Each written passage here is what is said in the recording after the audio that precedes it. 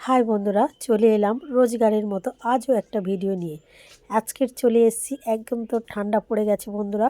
আর এই দেখুন, খেজুর গুড়ের মোয়া নিয়ে। দেখছেন বন্ধুরা, দেখতে যেমন সুন্দর, খেতেও তেমন সুন্দর। তাই দেরি কেন, শীত তো পড়ে গেছে, ঝটপট ঘরোয়া পদ্ধতিতে বাড়িতে বানিয়ে নিন। এই দেখুন বন্ধুরা, খেজুরের গুড় নিয়েছি আমি এখানে 2 কাপ। আমি অল্প পরিমাণ করছি, আর বন্ধুরা চাইলে বেশি পরিমাণ করলে গুড়ের পরিমাণটা বাড়িয়ে দিতে হবে। 2 কাপ গুড়ের মধ্যে আমি 1 কাপ জল দিয়েছি, আর এখানে দেখুন বন্ধুরা এলাচ দিয়েছি। দিয়ে এটাকে আমি কিছুক্ষণ ফুটিয়ে নেব। এই দেখুন বন্ধুরা, সুন্দর করে আমি কিছুটা ফুটিয়ে নিয়েছি। আর খেজুর গুড় তো এখন সত্যি যেমন সেন্ট, আর খেতেও খুব সুন্দর। কিছুক্ষণ ফোটানোর পর আমি কিছুটা একটা বাটির মধ্যে করে তুলে নেব, বেশি নয়, 2 চামচের মতো করে আমি তুলে নিলাম। আর বাদবাকিটা এইভাবে আমি আবার ফোটাতে থাকবো। এইটা ফুটিয়ে ফুটিয়ে আমি অনেকটা মোটা করে নেব, যতক্ষণ না এর মধ্যে একটা চিট ভাব এসে যাচ্ছে ততক্ষণ কিন্তু আমি ফোটাতে থাকবো। এইভাবে আমি বেশ কিছুক্ষণ ফুটিয়ে ফুটিয়ে দেখুন বন্ধুরা অনেকটা কমে এসছে, আর এর ঘনত্বটা অনেকটাই মোটা হয়ে গেছে।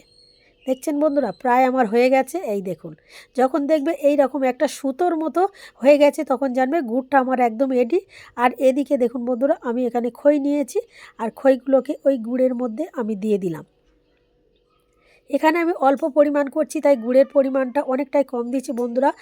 আপনারা যদি বেশি করেন গুড়ের পরিমাণটা একটু বাড়িয়ে দিতে হবে। একসাথে আমি খইয়ের সাথে গুড়টাকে সুন্দর করে মিশিয়ে নেব। আর এটা কিন্তু গরম গরম অবস্থাতে করতে হবে। আর এখানে আমি পরিমাণ মতো খোয়া ক্ষীর গ্রেট করে রেখেছিলাম, সেই গ্রেট করা খোয়া ক্ষীরটাকে আমি দিয়ে দিলাম। আর একটু বেশি স্বাদ আনার জন্য আমি গুঁড়ো দুধটাকেও দিয়ে দিলাম বেশ পরিমাণ মতো। এবার একসাথে আমি সুন্দর করে মেখে নেব। এই দেখুন বন্ধুরা, সুন্দর করে খইয়ের সাথে আমি সব রকম উপকরণ একসাথে ভালো করে মেখে নিয়েছি। আর এই রকম ঘরোয়া পদ্ধতিতে করে খেলে সত্যি ভীষণ সুন্দর লাগে। আর যে গুড়টাকে আমি তুলে রেখেছিলাম বাটি করে, লাস্টে মাখার পরে এটা উপর থেকে এইভাবে ছড়িয়ে দেবো। এইভাবে গুড়টাকে আমি ওপর থেকে ছড়িয়ে দেবো। দিয়ে কিন্তু এটাকে আমি ঢেকে 4 থেকে 5 ঘন্টা আমি রেস্টে রাখবো। এই দেখুন বন্ধুরা, 4-5 ঘন্টা পরে ফিরে এলাম।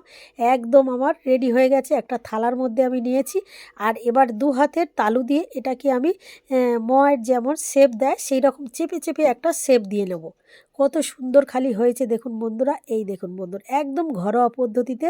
তাই দোকানে না কিনে যদি আমরা এই রকম ঘরোয়া পদ্ধতিতে বাড়িতে বানিয়ে খাই বন্ধুরা, দোকানের থেকে কিন্তু খেতেও ভীষণ টেস্টি।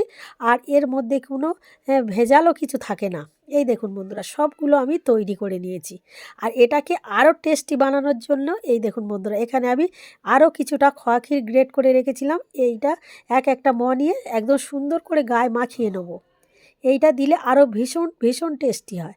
প্রত্যেকটা আমি ঠিক এইভাবে করে নেব। আর এই কাগজের মধ্যে একটা একটা করে দিয়ে দেবো। এই কাগজগুলো মিষ্টির কাগজ, দোকানে কিনতে পাওয়া যায়। প্রত্যেকটা মকে আমি খোয়া ক্ষীরে ঠিক এইভাবে সুন্দর করে চারিদিকটা গায়ে লাগিয়ে নিচ্ছি। এই দেখুন বন্ধুরা, এইভাবে আমি সবগুলোকে তৈরি করে নিয়েছি। আর এর উপরে আরেকটু করে আমি খোয়া ক্ষীর ফের গ্রেট করে দেবো। এই দেখুন বন্ধুরা, আমার এই রেসিপি যদি আপনাদের ভালো লেগে থাকে তাহলে লাইক, শেয়ার, কমেন্ট ও সাবস্ক্রাইব করবেন। আর ফেসবুক থেকে দেখলে আমার পেজটাকে ফলো করে পাশে থাকবেন। আর সব শেষে দিয়ে দেবো পেস্তা বাদাম গুঁড়ো। প্রত্যেকটার উপরে আমি পেস্তা বাদামের গুঁড়ো দিয়ে দিলাম। দেখতে যেমন সুন্দর, খেতেও ভীষণ টেস্টি হয়।